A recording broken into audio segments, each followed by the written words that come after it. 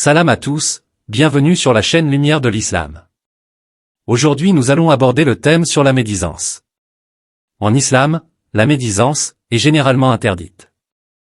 Elle est définie comme le fait de parler en mal d'une personne en son absence, en mentionnant des défauts ou des aspects négatifs qui sont vrais, mais que cette personne n'aimerait pas voir exposés.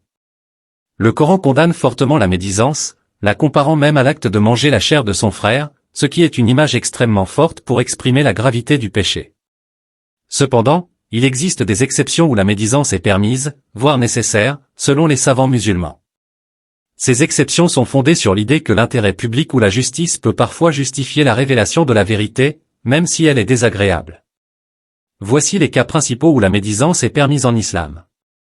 1. Pour obtenir justice, lorsqu'une personne a été lésée ou opprimée, elle peut mentionner les actions du malfaiteur à quelqu'un qui peut l'aider à obtenir justice, comme un juge ou une autorité compétente.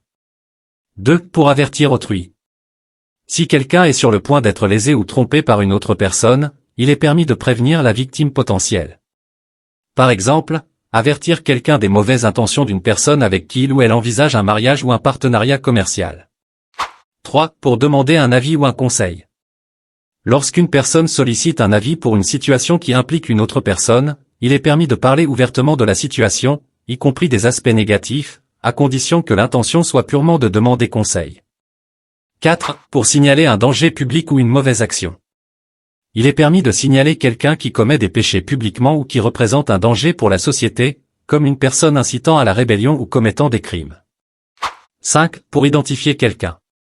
Si une personne est connue sous un surnom ou un attribut spécifique qui, bien que peu flatteur, est nécessaire pour la distinguer, il peut être permis d'utiliser ce terme à condition qu'il n'y ait pas de meilleure alternative.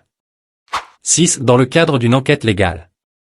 Lorsqu'un témoignage est nécessaire dans une enquête ou un jugement, il est permis de révéler des faits même s'ils sont nuisibles à la réputation de quelqu'un, afin de parvenir à une décision juste.